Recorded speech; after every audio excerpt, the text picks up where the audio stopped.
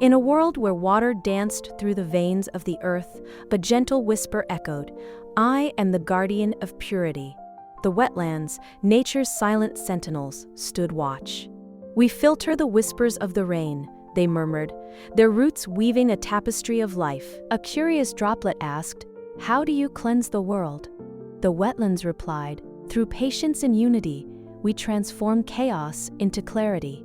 As the sun set, the droplet shimmered with newfound purpose, inspired to join the cycle of renewal. "Together we thrive," it declared, embracing its role in the dance of life.